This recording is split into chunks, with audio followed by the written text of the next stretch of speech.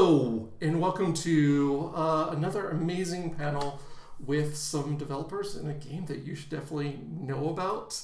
I'm here with Midboss, who is they're working on Read Only Memories Neurodriver. I'm here with Cade and JJ, who are currently working on the game. Thank you both for being here with me. Thanks for having us. Oh, and the game is called Read Only Memories Neurodiver. Oh, Neurodiver. I keep on thinking Neurodriver.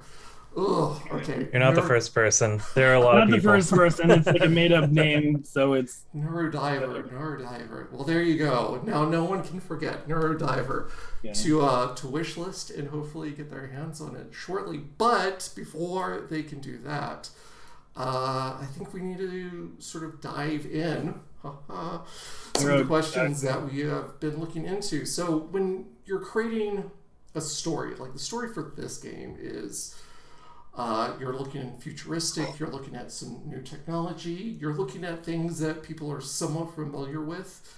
Do you start with the characters and build out, or do you find the right people for the situation and see sort of like where they go from there? So for this, it kind of went back and forth because before we hit the story for Neurodiver, we had at least 3 or 4 other concepts going on. And those began with a scenario before the characters. And in a way, Neurodiver, once we arrived with it, it also kind of started with a scenario, but the scenario began with a specific character in mind.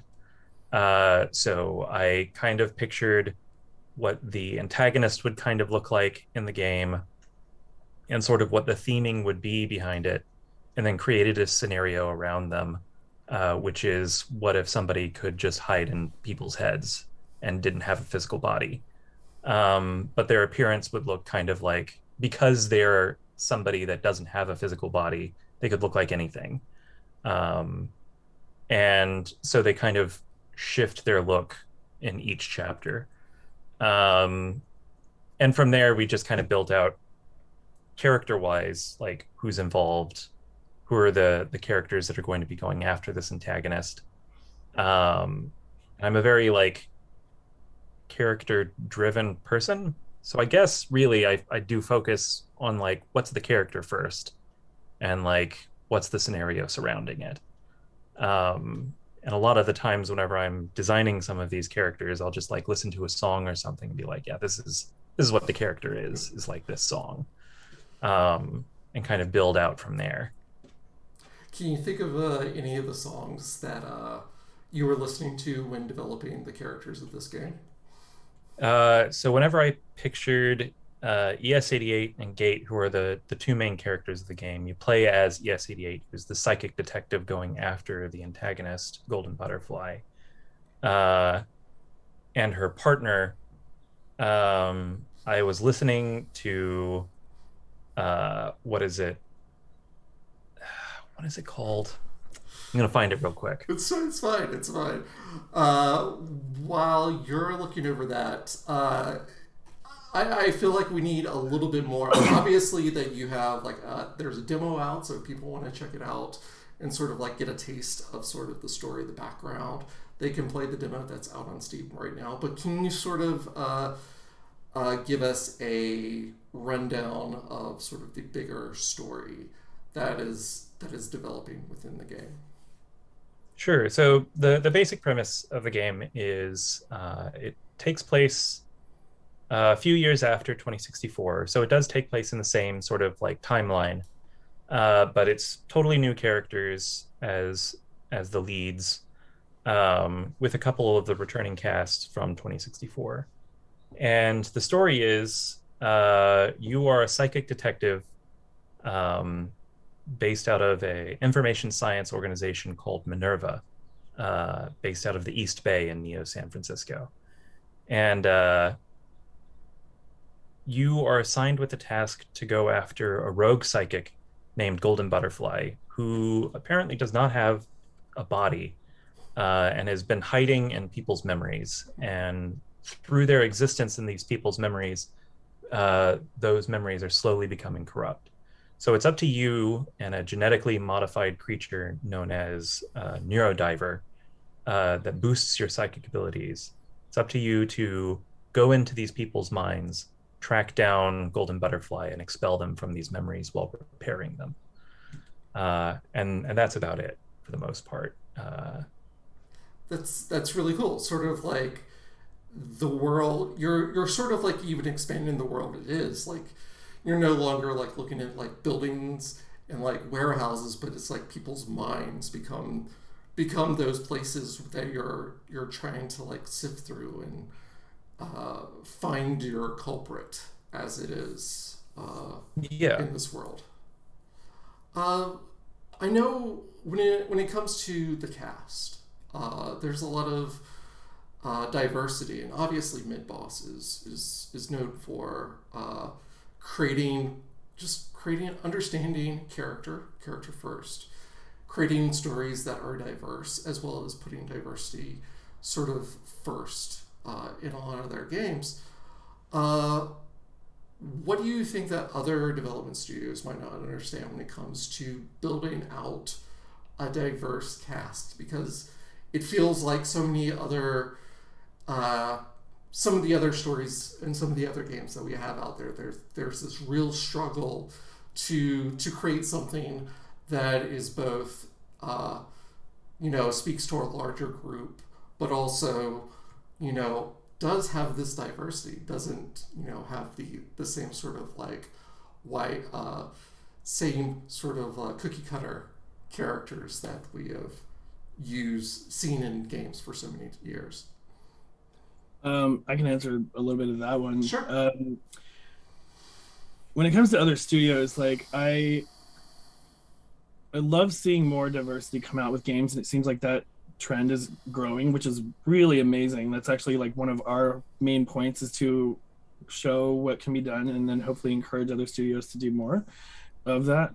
But there's been a lot of like, two steps forward, one step back situations where, a big AA or AAA game will come out and they really, really did their best, and they made like a very, put a couple of like really, not your typical cis white hetero kind of characters in there, but they made major mistakes by perhaps, and I'm not going to name names on games, but it's fine. It's like A for effort, but like biffed it across the finish line. But they perhaps in some ways fall into some of the negative tropes, like making I call it villainism, where like the one queer character is like an evil villain, and they're evil because they are queer. Like they had something traumatic happen to them because of their queerness, and then they became evil.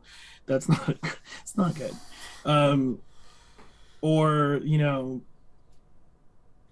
there any number of like queer negative tropes, like they so often like write those into those diverse stories and characters into these games, and it's like, thanks, but no thanks. I'd rather like that didn't actually happen. And so I'd say when it comes to maybe perhaps giving advice to other studios to do it better, is to first be aware, like all the producers and all the people that are like involved in making it, first be aware that everyone, even us, have like innate blind spots for like what we think to be true, and like our perception of the world is like, we forget that it's like that's just one view, that's just one angle of it. And so we need to first be very aware that like, we don't have all the answers, we all have blind spots, all of us. And so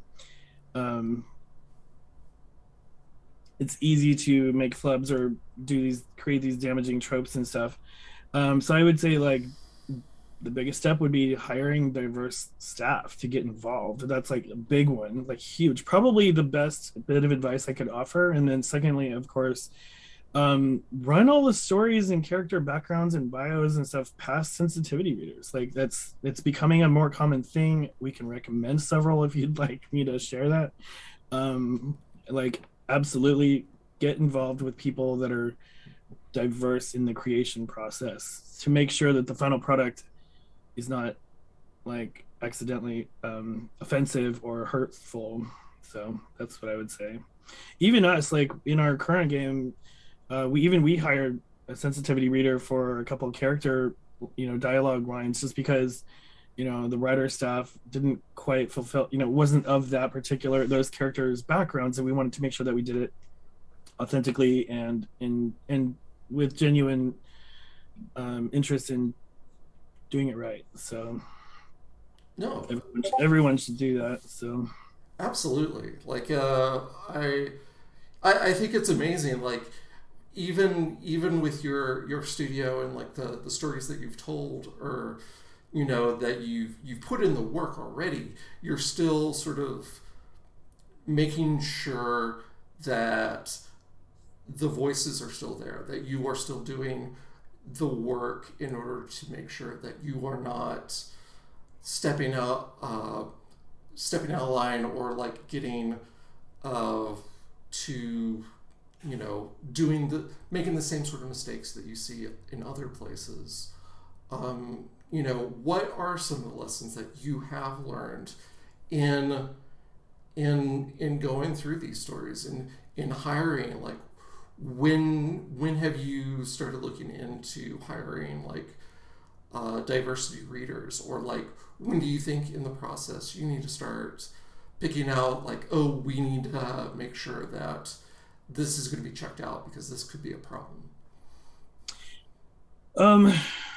I'll answer some of this, and JJ, hop in if you would like to add some. But I'd say, at least for us, we probably didn't learn too much about like how to go about it. But I would say that this is also more advice I would share with anybody, is always approach it with caution and diligence and thoughtfulness. Because when you are more thoughtful and diligent, you're less likely to just zoom ahead and make mistakes. Employ those sensitivity readers, get a whole bunch, like everything that applies to your characters and stories, like absolutely. Like in our case, this time around, well, we approached two different parts of our game with caution, like to make sure that they were told with authentic character storying and writing, and everything was good. Two of our main characters are Mexican American. One is first generation born, one is like native Mexico who now lives in the US. And one of our writers, Samantha Ortiz is her full name, she is a first generation Mexican American also, and so she was able to write authentically to that experience of one. But we wanted to make sure, for example, when we started doing the voice recording for all the characters, that we were extra careful to make sure that the accents and the word choices for the characters that might have like some Spanish and English lines or blend in both, like, were true to the backgrounds they had. For example, one of our casting agent who's helping us manage all the voice recording, she is actually Spanish, like from Spain, and her Castilian Spanish is very different from the two characters that we're writing. So we wanted to make sure that, like, throughout the whole process, even in the voice recording, that we had two people sitting in and listening and making sure that it was right, and pronunciation was right, and everything was accurate.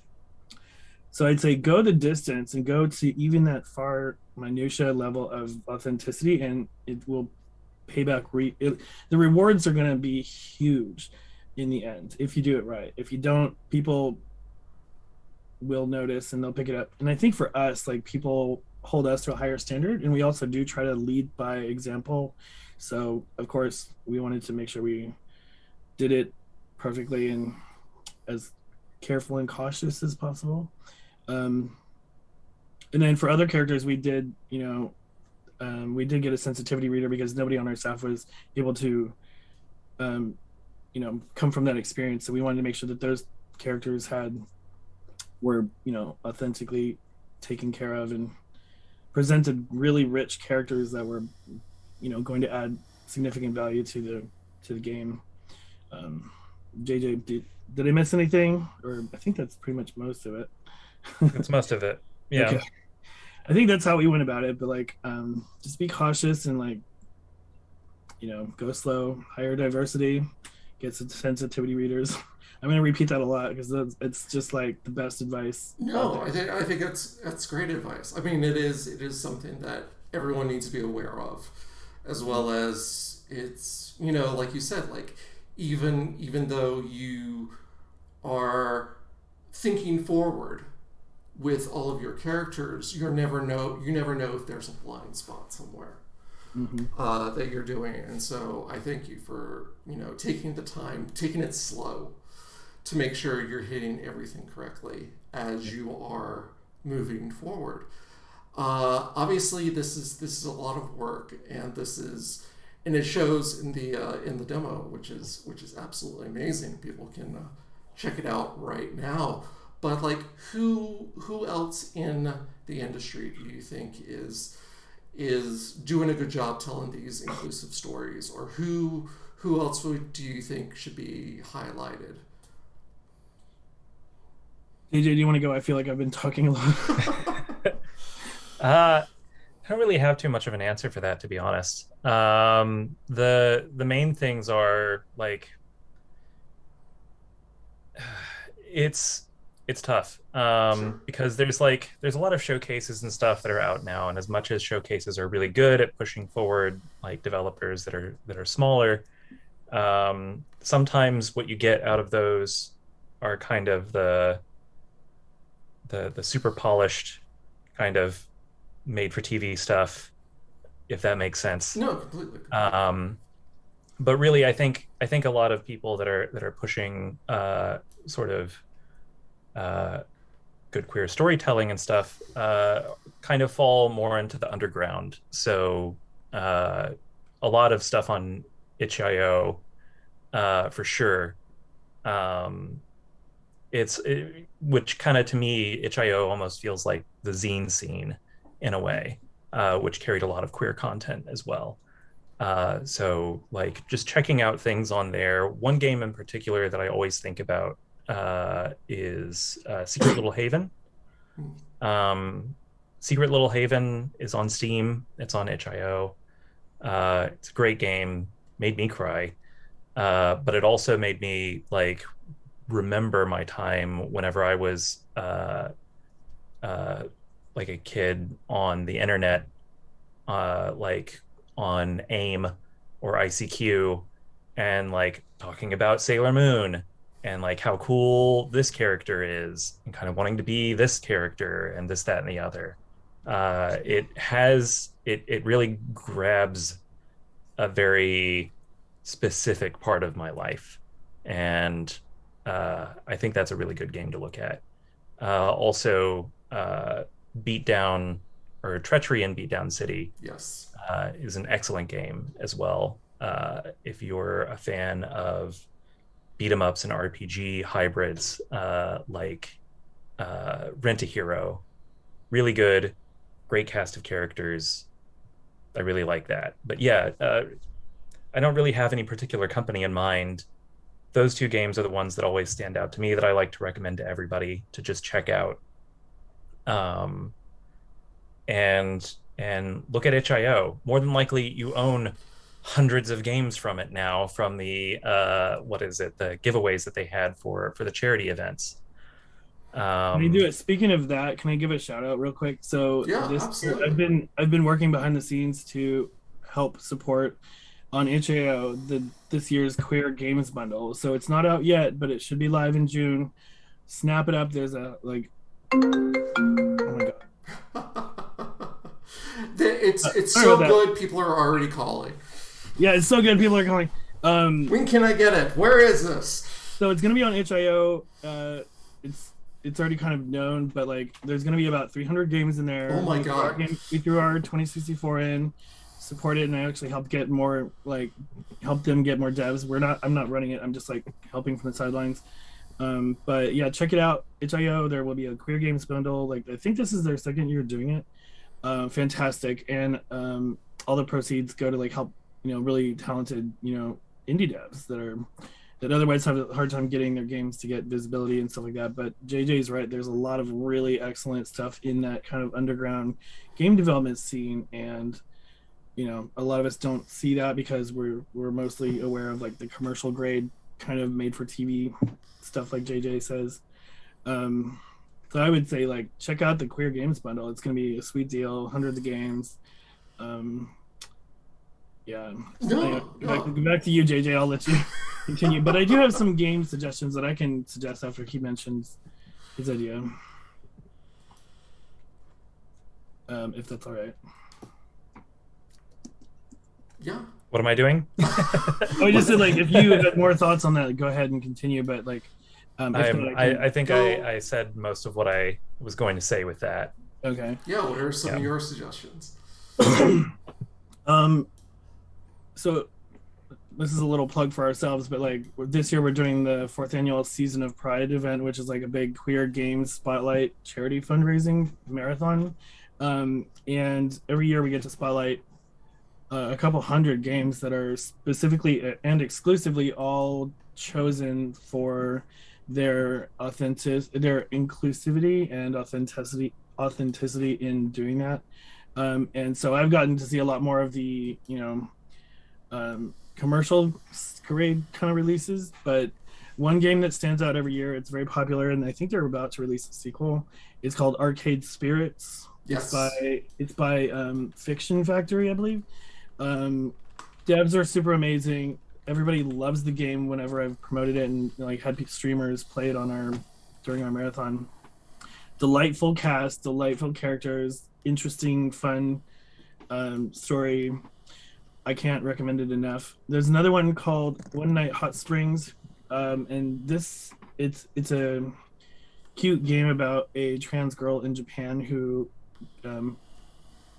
basically goes to an onsen with her friends, and some of the kind of goes through some of the experiences of doing that as a trans person, because onsen, in Japan sometimes there's like all genders going to the same area, like a family night, but then oftentimes they split them into men and women's night, and there's that fear of like passing and all that kind of story that goes along with that. But it's a really delightful, very cute game. Definitely recommend it.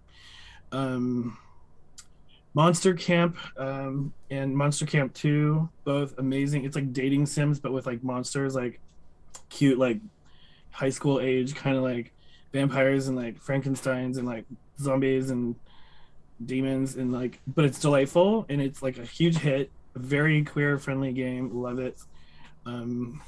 Accidental Queens is another game development group in Paris, I believe, and they are the ones that made the Another Lost Phone. There's 2 games. Oh, yes.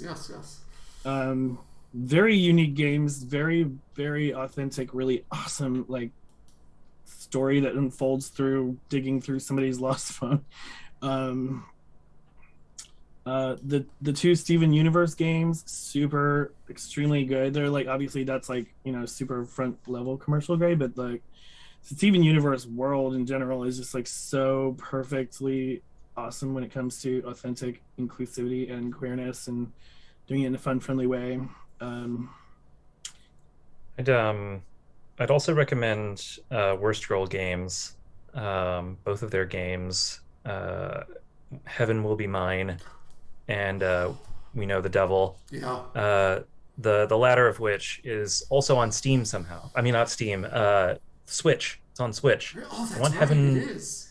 yeah, it just popped up on Switch one day, and they were like, "Yeah, it's on Switch." And so I got it again. So nice, I bought it twice. I'd do the same with Heaven Will Be Mine, but that hasn't arrived on Switch yet. That's on Steam. Red Candle Games also. They did, I believe it's Detention, and what was the other one that came out? There's Red Candle. I'm so bad with names. Devotion. Yeah. I haven't played Devotion yet, but Detention's really cool, in that it's both a horror game, but it's a horror game that very specifically centers around Taiwanese folklore, as well as a lot of the political struggles that were happening during that time. That kind of wraps into the horror of all of it as well. Those are 2 interesting developers to look at, with 2 interesting games. And you can pick up the Red Candle games actually from their website. They had to pull their games for a little bit. Yeah, you can buy them directly on their website. But they're both fantastic, and they do have a 9 Souls, which is a very different sort of game that they are looking to produce after that. We've been talking about games like what's out there right now that have, really inspired you. But like, we have a lot of students in the LGBTQ community who are looking to get into games. Like, what inspired you to travel the path of game developers and to tell these stories? For me, it's being an idiot. I, I, uh, I, I got into the game industry pretty early out of college and immediately burnt out and did not want to make games again. Um, After my first experience in game development, and yet here I am still. So I guess being an idiot and also being persistent in in wanting to make something that I want to see uh, in games. With read-only memories, Neurodiver. Uh, I like a lot of Japanese adventure games. I like Snatcher. I like Jesus Kyofu no Biomonster. I like Famicom Tante Club, which now has a remake that you can play in English, which is great. Famicom Detective Club. And while there has been a huge inflation of adventure games and visual novels now, none of them really want to look like a Japanese adventure game. And that's kind of, except for Valhalla, obviously. But I wanted to see more of that. And so that's why 2064 is here. That's why Neurodiver is here, is because I just want to see more games like that. Whenever I went into game development, though, I wanted to work on action games primarily, like shooting games, like Darius, and R-Type, or like Gunstar Heroes, which is like my number one favorite game in the world, and I have yet to work on a damn action game yet. But a lot of it just came from before I got into game development, just working with and tinkering with things like multimedia fusion or click and create. I wasn't a programmer. I'm still not that patient with programming. So a lot of things like Yo-Yo Games is Games Factory, which has a nice point and click sort of interface for creating games, just tinkering with it, just tinker with stuff. Like even outside of games, like if you're interested in drawing maps or like layouts of levels and stuff, like keep it up, build a portfolio for it. I don't know, find a way to get that creativity out there. itch.io is a great place to do that because you don't have to you can just make an account and put stuff on there. And that's why there's such a huge variety of games on there, is because you can just do bedroom programming and throw up a game, and you don't have to worry about, well, it doesn't have an ESRB rating or anything like that. Just start making stuff. Beautiful. I was gonna say my answer to that would be very different, I guess. Like when I was growing up, the first game that really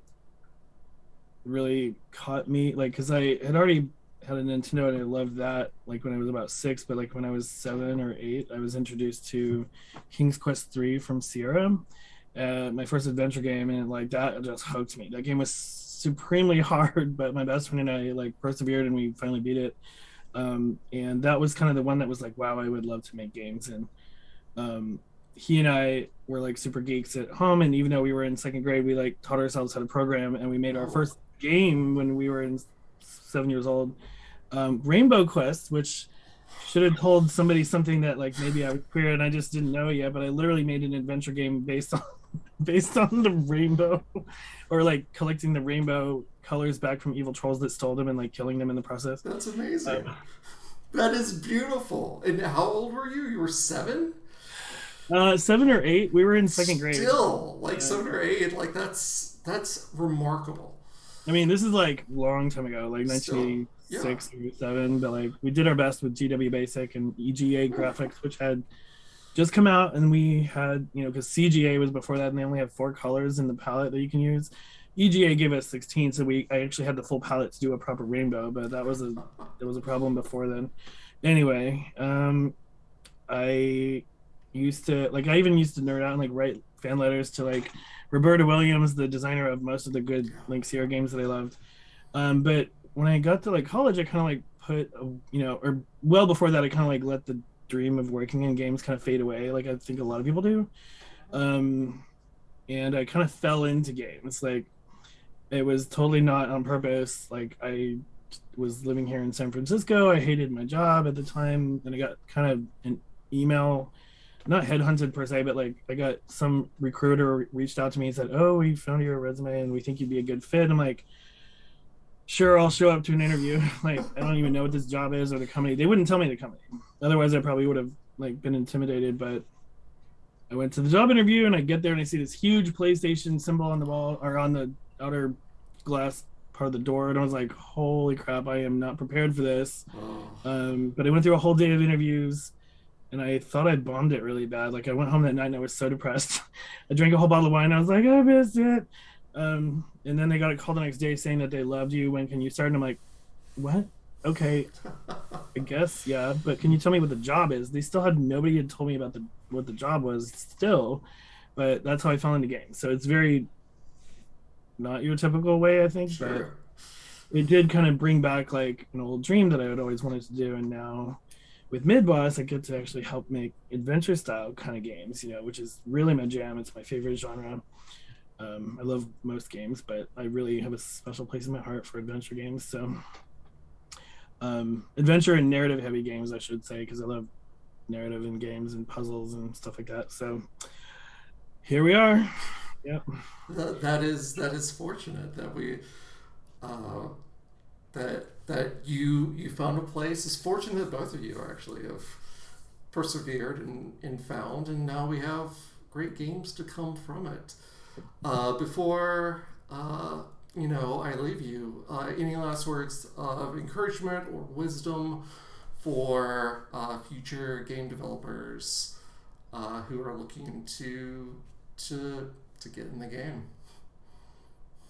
I guess just echoing what I mentioned earlier, if you're interested in making games, there are so many tools out now that are free that you can just download and start tinkering with. Like I mentioned, there's more than just Unity. There's more than just Unreal, but you can download Unreal too and mess with it for free. But there's also Games Factory and multiple things like that. Just start making stuff. Like it doesn't matter if you're not in the industry yet. If anything, you have a better advantage of having a day job and doing this as a hobby than having it as a job. And open an itch.io account and start throwing stuff up there. Like it doesn't have to be perfect. Like some of the rough stuff is some of the more interesting stuff on there. Also, going back to the question that you had earlier, with ES88 and Gate, the songs that I listened to the most whenever making them and designing them was 2 songs by the Eurythmics. One is Beethoven, I like to listen to, and Shame, those 2 songs. And also Don't Get Me Wrong by the Pretenders. Oh my god, that's fantastic. I forgot about that because we were jamming out to that like whole album back in the days. Because I'm like a huge Annie Lennox fan, and she's the lead singer of the Eurythmics, and I have like owned every single thing she's ever done. And so like when he brought up like the Eurythmics, I'm like, yes, oh yes. And if anybody plays our demo and is a fan of Annie Lennox, they might recognize a resemblance to one of the characters, to an iconic look that Annie used to have. That was definitely giving us an inspiration. So. Yes, absolutely.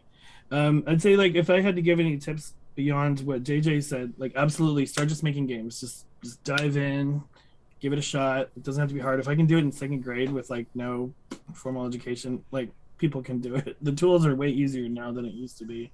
But I'd say if you really want to get into the industry, like the good thing is more game studios are popping up all over the world, not just like in certain key cities. But I would say it is advantageous to move to where a lot of the action is. So if you're in the United States, I'd say um, LA, San Francisco, Seattle, a little bit Austin, a little bit New York, and that's probably the bulk of it, at least for the a little bit San Diego too, but like it's mostly West Coast. And the good thing about being in or near a lot of the action is that um, if you can't get into one company, there's like several others you can keep trying to get in, and at the and while you're trying to get in, get your first game break, whatever, make games because that is good like fodder to give people a reason to want to hire you. It also gives you the ability to talk about what you love to make about games, what you're good at, hone like particular skills. If you want to specialize in like being an artist or maybe a narrative designer or whatever, just practice, get good, because they generally want to hire like hardworking, talented people that have the skills. So, and we're always all learning on the job, but you know, there is definitely a fake it until you make it part of that too. I mean, there's a lot of stuff with like 2064 where I did have knowledge in animation, but I never had knowledge and practice of animation until I worked on it. And then I actually had to put said knowledge I had into actual practice. Like I would always study like frame by frames of my favorite cartoons and like, ooh, I like how that animation worked, or oh, I like this effect. I'm gonna take it and do a frame by frame and see how they do it. And that's just how I learned how to do animation. That's how a lot of people, including a lot of famous like Japanese animators, would do it. Is they, oh, I love this animation in Gundam 79. I'm going to do a frame by frame on my Betamax tape and see how they did it, and just start doing it myself. Um, there's definitely a lot of that, but it is a lot of like 100% just start making stuff now. Like forget about needing to be in the game industry right now. Just start making it now. A lot of the people that are in the industry now got into it because they were making stuff beforehand.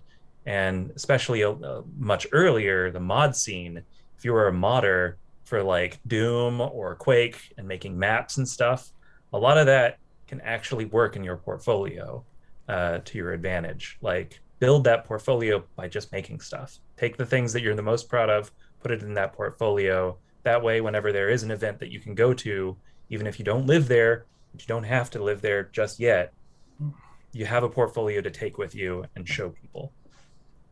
Beautiful. Very wise words from both of you.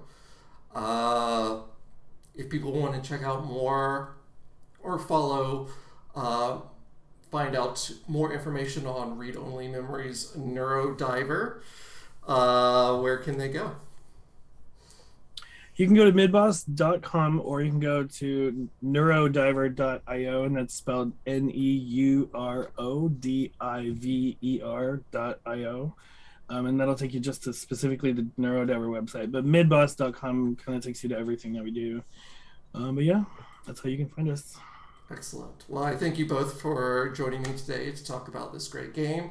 Looking forward to that, as well as all the other amazing things that you have talked about. The itch.io bundle that's coming out, as well as your big event that's going to be out in July. So make sure that everyone checks that out and definitely get the bundle. Like it's just good.